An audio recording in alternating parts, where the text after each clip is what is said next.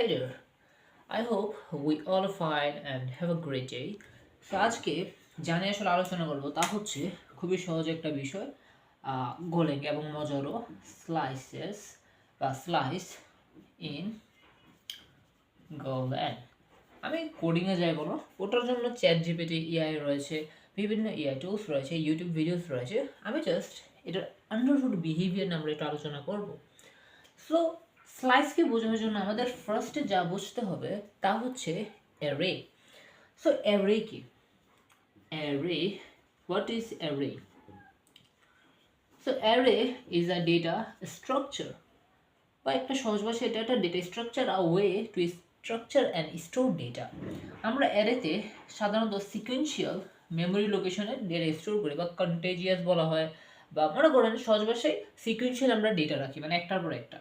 এভাবে মনে করেন আমরা অ্যারেতে ডেটাগুলো রাখি, এবং এই ডেটাগুলো একটা সিকোয়েন্স অফ মেমোরি লোকেশনে স্টোর থাকে। লেটস সেন্ড হলো 1 2 3 4 5 6 7, এই মেমোরি লোকেশনগুলোতে এক নাগারে স্টোর থাকে। এখন এরর, এই যে বিহেভিয়ারটা, it's create an issue.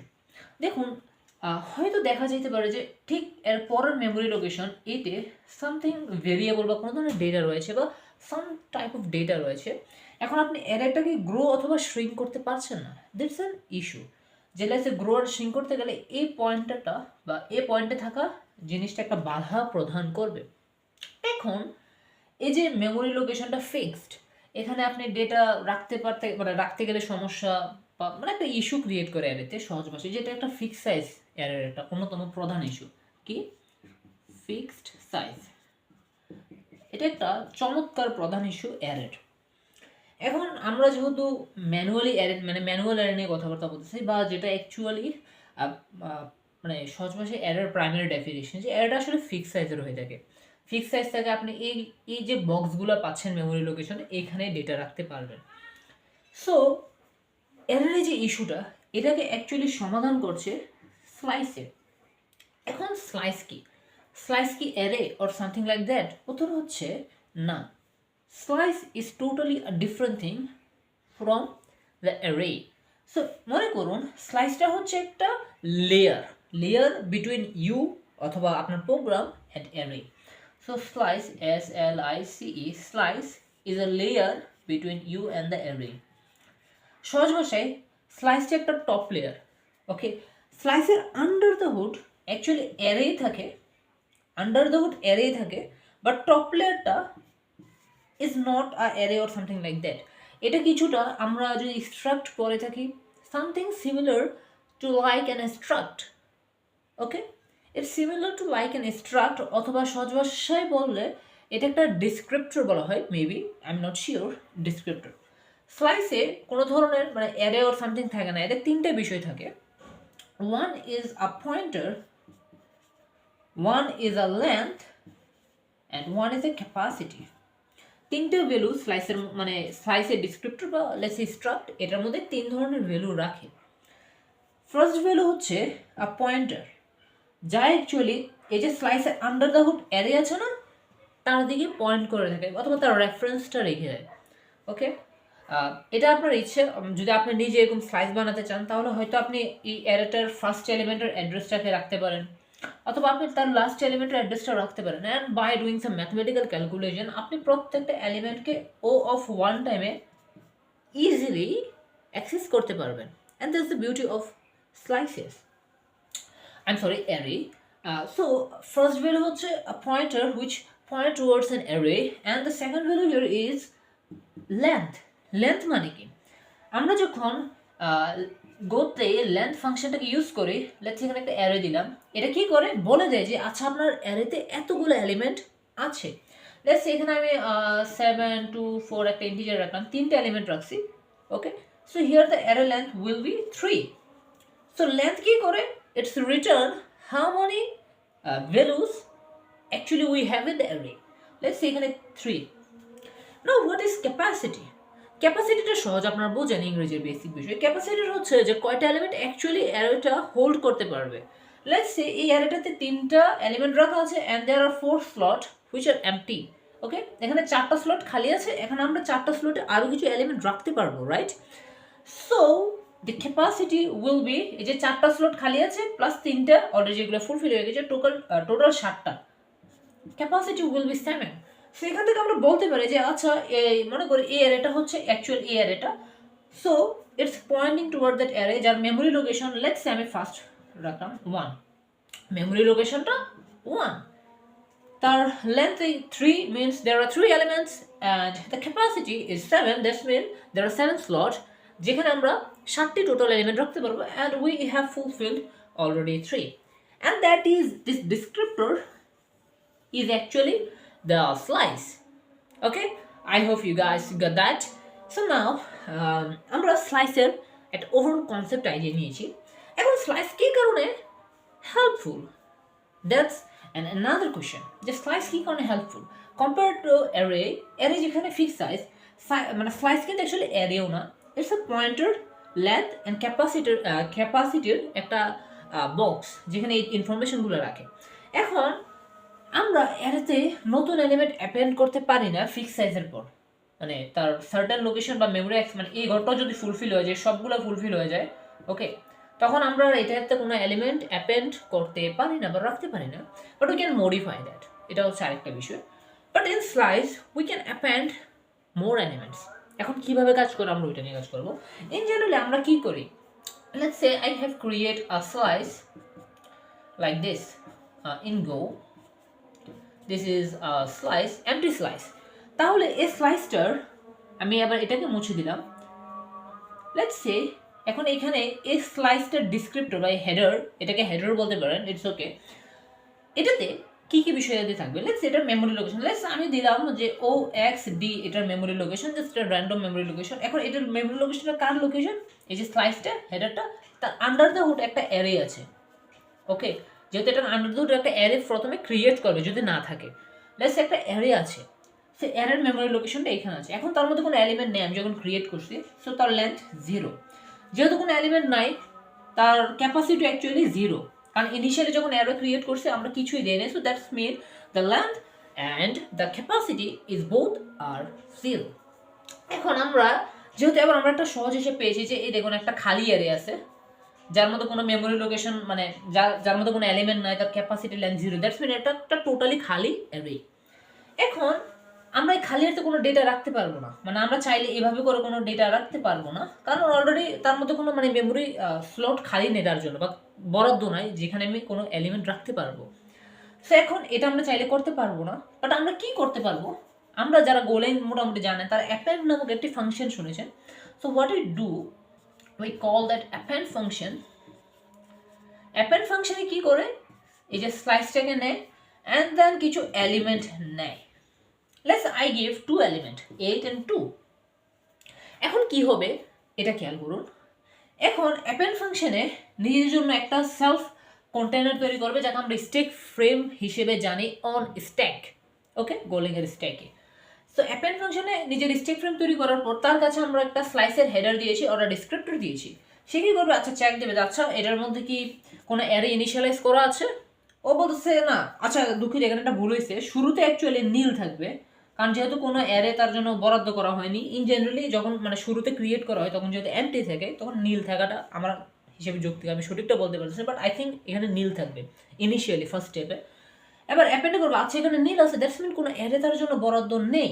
So অ্যাপেন্ডে কী করবে, ফার্স্টে একটা অ্যারে অ্যালোকেট করবে। এখন সে অ্যারেটা কই অ্যালোকেট করবে, সে অ্যারেটা অ্যালোকেট করবে হিপে। সো ওয়াই হিপ, আমি তা যদি সহজে বলি, দেখুন অ্যাপেন্ড ফাংশনটা এক্সিকিউশনটা শেষ হয়ে গেলে সে পপ হয়ে যাবে স্ট্যাক থেকে। এখন সে যদি স্ট্যাকের মধ্যেই একটা অ্যারে ক্রিয়েট করে তাহলে তো ওই অ্যারেটাও পপ হয়ে যাবে, রাইট? তাহলে লেটস সে এই যে এলিমেন্টগুলো অ্যারেতে রাখবো সেগুলো গায়েব হয়ে যাবে, সেটা হইতেছে না, রাইট? আমার তো অ্যারেগুলোকে রাখতে হবে, কারণ লেটারে আমি স্লাইসটাকে প্রোগ্রামে ইউজ করতে হবে, অ্যাপেন্ড ফাংশন চললে গেলে তো আমাকে ইউজ করতে হবে, right? So I need those element, এই অ্যারেটা আমার প্রয়োজন, সেই অ্যারেটাকে ও হিপে রাখবে, কারণ হিপে থেকে গার্বেজ কালেক্টরে এলিমেন্টগুলো ক্লিন করে, সো আমাদের ওটা নিয়ে ভাবতে হবে না। সে হিপের মধ্যে রাখবে, অ্যাপেন্ড ফাংশনে নতুন অ্যারেটা ক্রিয়েট করবে সেটাকে। এখন অ্যাপেন্ডে কি করবে, ও বলবে আচ্ছা এখানে নীল মানে কোনো অ্যারে নাই, সো আমি একটা অ্যারে ক্রিয়েট করব। এখন যেহেতু আমি 2টা এলিমেন্ট নিতেছি, সো অ্যারের লেন্থ হবে 2, তার ক্যাপাসিটিও হবে 2, হিসাবটা বুঝছেন? যেহেতু এখন কিছুই নেই তো জাস্ট 2 2 দুইটা তার স্লট খালি করে দিয়েছে, 2 স্লটের মধ্যে 8 and 2 দুইটা ভ্যালু রেখে দিয়েছে। That's all it does. এখন সে কি করবে, আবার সে এই যে হেডারটা আছে সে একটা নতুন হেডার ক্রিয়েট করবে, সেখানে সে আবার কি করবে, এই যে অ্যারেটা ক্রিয়েট করছে তার মেমোরি লোকেশনটা দিবে। লেটস সে আবার আমি দিলাম OXD, এটা র্যান্ডম মেমোরি লোকেশন। এখন এই মেমোরি লোকেশনটা অ্যাকচুয়ালি হচ্ছে এই হিপে থাকা অ্যারের মেমোরি লোকেশনটা। এবার অ্যাপেন্ডে কাজ শেষ, ও এবার টুক করে কি করবে, একটা হেডার রিটার্ন করবে, ওরা ডিসক্রিপ্টর রিটার্ন করবে। ওকে, দ্যাটস ওয়াই আমরা এস সমান সমান অ্যাপেন্ড দিই, কারণ এখন যে ও যা হেডারটা রিটার্ন করবে এটা এসে গিয়ে স্টোর হয়ে যাবে। এখন এস এর যে হেডারটা তা হয়ে যাবে দিস, যেখানে একটা মেমোরি লোকেশন লেন্থ আপডেট হয়ে গেছে, ক্যাপাসিটি আছে, হিসেবটা বুঝেন, পূর্বেরটা ডিলিট হয়ে গেছে। এখন অ্যাপেন্ড পপ হয়ে যাবে। এখন এই যে মেমোরি লোকেশনটা এটা হচ্ছে হিপে থাকে অ্যারে। এখন দেখুন অ্যাপেন্ডে যদি আমি স্ট্যাকের মধ্যে অ্যারেটা ক্রিয়েট করতাম, অ্যাপেন্ড পপ হওয়ার সাথে সাথে অ্যারেটাও চলে যেত, তো এই মেমোরি লোকেশনটা ইনভ্যালিড হয়ে যেত, আমরা একটা ইনভ্যালিড রেফারেন্স এরর খেয়ে যেতাম সহজ ভাষায়, মেবি ইনভ্যালিড মেমোরি লোকেশনের একটা এরর খাইতাম। বাট যেহেতু এটা হিপে আছে, তো অ্যাপেন্ড পপ হয়ে গেল, হিপের মধ্যে তো অ্যারেটা আছে, সো আমরা এবার হিপের মেমোরি অ্যাড্রেসটা রাখছি। হিপের থেকে ক্লিন করার কাজটা গার্বেজ কালেক্টরের, তা নিয়ে আমরা ভাববো না। ওকে, সো আমাদের মোটামুটি প্রাইমারি টাস্ক শেষ। ওকে, সো না এবার একটা ইস্যু হচ্ছে, লেটস সে এখন আমার এর মধ্যে দুইটা মেমোরি লোকেশন আছে হিপের মধ্যে, একটার মধ্যে 8 আছে, 2 আছে, এর মধ্যে আর কোনো মানে এলিমেন্ট রাখা যাবে না। হোয়াট ইফ আমরা আরও এলিমেন্ট রাখতে চাচ্ছি, we want to keep more elements, সেই ক্ষেত্রে কী হবে, লেটস আমরা আবার লিখলাম এস অ্যাপেন্ড, লেটস আমি এইভাবে লিখে দিলাম সহজে, আবার এস, এবং এবার আমরা আরও দুইটা এলিমেন্ট রাখলাম 10, লেটস সে 10 2 এই দুইটা এলিমেন্ট রাখলাম। লেটস সে এখন কি হবে, অ্যাপেন্ডের কাছে যে ডিসক্রিপ্টরটা আসবে সে বলবে আচ্ছা এখানে একটা মেমোরি লোকেশন আছে, ইটস হবে, তাহলে আমি আগে দেখি মেমোরি লোকেশনের লেন্থ কত। বলবো আচ্ছা লেন্থ 2, আচ্ছা ক্যাপাসিটি খালি আছে, ও বলবে ওমা ক্যাপাসিটিও 2, মানে সমান সমান, লেন্থও ক্যাপাসিটির সমান সমান। এখানে একটা ইস্যু হচ্ছে কি, লেন্থ আর ক্যাপাসিটি যখন সমান সমান হবে তখন সে বুঝবে যে এখানে আর কোনো এলিমেন্ট রাখা যাবে না, বাট তার তো দুইটা এলিমেন্ট রাখতে হবে, রাইট? সো সে কী করবে, সে আবার আরেকটা অ্যারে অ্যালোকেট করবে অন দ্য হিপ। সে কী করবে, বলছে আচ্ছা যেহেতু আর এলিমেন্ট রাখা যাবে না, আমার দুইটা রাখতে হবে, তো আমি একটা কাজ করি, আমার যে কারেন্ট অ্যারের ক্যাপাসিটি আছে 2, তার ডবল করে দিই, ডবল করে নতুন একটা অ্যারে বানাই যার ক্যাপাসিটি হবে 4। ওকে, যার ক্যাপাসিটি হবে 4 এবং তার মধ্যে এবার আমি বাকি এলিমেন্টগুলোকে রাখবো। সো এবার কী করবে, ও নতুন আরেকটা অ্যারে ক্রিয়েট করবে যেটার ক্যাপাসিটি হবে 4, পূর্বে ছিল 8 2, এবার হবে 10 2। এবার কি করবে, এই 10 2কে সে এই নতুন অ্যারেটাতে রাখবে। এবার সে কি করবে, নতুন একটা ডিসক্রিপ্টর মানে লিখবে, সে কি করবে ওইখানে বলবে যে আচ্ছা পূর্বে ক্যাপাসিটি 2 ছিল, এবার আমরা 4 করে দিছি, পূর্বের লেন্থ 2 ছিল, এখন যেহেতু দুইটা এলিমেন্ট আরও যোগ হয়ে গেছে, সো আমরা পূর্বের ক্যাপাসিটি তো ডবল করে দিয়েছি, রাইট? এবার ও কী করবে, যে এবার লেন্থ তো 4 হয়ে যাবে এবং নতুন অ্যারের মেমোরি লোকেশন দেবে, সেটা দিলাম OXC, নতুন মেমোরি লোকেশন, হিসেবটা বুঝছেন। এবার এই যে নতুন অ্যাকচুয়াল ডিসক্রিপ্টরটা ও এবার এটাকে এখানে দিয়ে দিবে, যে নতুন মানে নতুন ডিসক্রিপ্টরটা এস এর কাছে দিবে। সো এবার এস এর ডিসক্রিপ্টরটা কি, এস এর ডিসক্রিপ্টর এটা। সো এবার এস এর কাছে নতুন অ্যারে আছে হিপে থাকে array, not stack, keep remember that, এটা ইন্টারভিউর জন্য চমৎকার একটা প্রশ্ন। So now we have a new descriptor যেখানে নতুন memory location length and capacity আছে। সো এবার what if we repeat the process again, আমাদের হয়তো আরও এলিমেন্ট রাখার প্রয়োজন পড়বে, রাইট? এটাই তো রুলস, আমরা তো স্লাইসকে ইনক্রিজ করতে হবে, নতুন নতুন এলিমেন্ট রাখতে হবে, এটা তো আর এর মতন ফিক্স সাইজ না bro. Okay, so what will happen if you want to add more elements to that slice? So let's আমরা আবার সেম অপারেশন করলাম, যে অ্যাপেন্ড আমি ডাইরেক্ট অ্যাপ লিখে বলছি, নট ইস্যু, ডিসক্রিপ্টরটা দিয়ে দিলাম। এবার আমরা আরও দুইটা এলিমেন্ট রাখতে চাইলাম। তো এবার কি হবে, এবার দেখবে যে আচ্ছা প্রথম কাজ হচ্ছে কি, ও আগে অ্যাপেন্ডের কাজ হচ্ছে যে আগে দেখবে অ্যাপেন্ড স্ট্যাক ফ্রেম ক্রিয়েট করবে, দেন দেখবে যে আচ্ছা আমার দেওয়া ডিসক্রিপ্টর মেমোরি লোকেশনটা কই আছে, এটার মধ্যে থাকা অ্যারেটার লেন্থ আর ক্যাপাসিটি সমান সমান। দ্যাট মিন আমি আর কোনো এলিমেন্ট রাখতে পারবো না, কারণ এটার মধ্যে মানে ক্যাপাসিটি যা অলরেডি সবগুলো এলিমেন্ট ফুলফিল হয়ে গেছে, লেন্থ অ্যান্ড ক্যাপাসিটি বোথ আর ইকুয়াল। সো এবার ও কী করবে, ওর কাছে যে ক্যাপাসিটি আছে ও আবার ডাবল ক্যাপাসিটির, মানে ক্যাপাসিটি মাল্টিপ্লাই বাই 2, ডাবল ক্যাপাসিটির আরেকটা অ্যারে ক্রিয়েট করবে। সো এবার যদি ডাবল ক্যাপাসিটির অ্যারে ক্রিয়েট করে, আমাদের কাছে মনে করেন 8টা এলিমেন্ট হোল্ড করার মতন একটা অ্যারে তৈরি হবে। এবার ও এই পূর্বের এলিমেন্টগুলো এখানে রাখবে ফার্স্ট কাজ, এবং নতুন এলিমেন্টগুলো এর পরে রাখবে। অ্যান্ড লেটস সে পূর্বে ছিল 4টা এলিমেন্ট, নতুন আর 2টা এলিমেন্ট হয়ে 6টা মানে 6টা মেমোরি লোকেশন ফুলফিল করবে আর 2টা খালি রাখবে। যেহেতু এবার ওর ক্যাপাসিটি কত করছে ও 8, মানে নতুন যে অ্যারেটা ক্রিয়েট করছে তার ক্যাপাসিটি হচ্ছে 8 এবং নতুন অ্যারে যেটা ক্রিয়েট করছে তার মেমোরি লোকেশন মনে করেন বি। এবার এটাকে পয়েন্টারের কাছে দিয়ে দিবে এবং তার লেন্থ এবার আর 2টা এলিমেন্ট যোগ হয়েছে না, তাহলে 6। বুঝছেন আশা করি? এখানে জাস্ট 2টা এলিমেন্টকে এখানে যোগ করছে 6 হয়ে গেছে এন্ড ক্যাপাসিটি উইল বি 8। এখন দেখুন এবার হিসেবটা কিছুটা ক্লিয়ার হয়ে আসতেছে যে ক্যাপাসিটি ডবল করছে বাট লেন্থ হচ্ছে 2টা এলিমেন্ট তো জাস্ট 6 হয়েছে। এবার ও কি করবে, এর নতুন ডিসক্রিপ্টরটাকে রিটার্ন করবে এস এর কাছে। এবার এস এর আপডেটেড যে ডিসক্রিপ্টর বা হেডার্স হুইচ ইজ দিস, নতুন মেমোরি লোকেশন হিপে থাকা অ্যান্ড দিস ইজ দিস। এবার সেম প্রসিডিউর যদি আবার রিপিট হয়, লেটস আরও 2টা এলিমেন্ট আমি অ্যাড করতে চাইলাম। এবার কি হবে জানেন, এবার ও আগে চেক দিবে যে আচ্ছা এবার আমরা চেক দিই যে লেন্থ আর ক্যাপাসিটি সমান কিনা। ও দেখবে যে না, ক্যাপাসিটি লেন্থ থেকে বড় আছে এবং আমার 2টা এলিমেন্ট রাখতে হবে এবং 2 এলিমেন্টের পরিমাণে জায়গা খালি আছে, যে 6 পর 7 এবং 8 নাম্বার ঘরে আমরা রাখতে পারবো, capacity will B not affected. So এবার আর কিছু করবে না, ও জাস্ট কি করবে, এই যে খালি লোকেশনগুলোতে নতুন 2টা এলিমেন্টকে রাখবে। এটা আমি পরের স্টেপের কথা বলতেছি। রাখার পর ও জাস্ট এটাকে আপডেট করবে, 8 করবে অ্যান্ড এই যে আপডেটেড মানে ডেটাগুলো হয়েছে এগুলোকে ও জাস্ট এই স্লাইসে অ্যাসাইন করে দেবে। That's all it will do. এগুলো এখানে সবগুলো রেফারেন্স ইউজ করতেছে কারণ ডাইরেক্ট মানে ডেটা এক্সচেঞ্জ করা এটা একটু কস্টলি বিষয় সিপিইউর জন্য। সো রেফারেন্স পাস করে এখানে রেফারেন্স জাস্ট আপডেট হচ্ছে। এই যে ডিসক্রিপ্টর রেফারেন্সটা মানে এখানে তো আমি রেফারেন্সটা পাস করতেছি, মেমোরি রেফারেন্স ওর যাই বলেন, ও জাস্ট এই রেফারেন্সটাকে নিচ্ছেন ওইটাকে আপডেট করতেছে। Something like this happening. Okay, এবার হোয়াট ইফ আমরা আরও ডেটা অ্যাড করতাম চাইলাম, ও আবার দেখবে যে আচ্ছা লেন্থ আর ক্যাপাসিটি সমান, ইয়েস 8 and 8 আর ইকুয়াল। দেন ও আবার ক্যাপাসিটির ডবল মানে 16 সাইজের একটা অ্যারে ক্রিয়েট করবে। যখন এই 16টা ঘরও ফুল হয়ে যাবে তখন 32 সাইজের একটা অ্যারে ক্রিয়েট করবে, মানে ডবল। এভাবে ততক্ষণ অব্দি ডবল হইতে থাকবে যতক্ষণ সে মানে 1024 অব্দি না পৌঁছায়। দ্যাটস ওর ক্যাপাসিটি 1024, তার লেন্থও 1024 হয়ে গেছে। এই সময়টাতে কি হবে, ও লাস্ট আরেকবার ডবল করবে, মেবি 2024 দুগুণা মেবি 48 আর কি 2048 ওর সামথিং। এ ঘরে পৌঁছানোর পর এটা একটা লিমিট, এ ঘরে পৌঁছানোর পর ও আর ডবল করবে না। লেটস সে এবার ওর ক্যাপাসিটি ইজ 2024 এবং 2024টা এলিমেন্ট সে হোল্ড করতেছে, মানে লেন্থও তার 2024।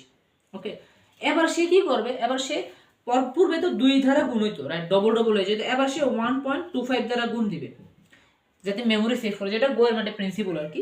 সো এইভাবে অ্যাকচুয়ালি সে জাস্ট ক্যাপাসিটি বাড়াবে অ্যান্ড এলিমেন্টগুলোকে রাখবে আর প্রত্যেকবার নতুন অ্যারে হিপে ক্রিয়েট হবে আর হিপে অ্যালোকেট হবে অ্যান্ড জাস্ট রেফারেন্সটাকে পাস করে দিবে এই এস এর কাছে। এস কি করে, ডিসক্রিপ্টর হোল্ড করে, সে কোনো অ্যারে না, আন্ডার দ্য হুড অ্যারেই কাজ করে।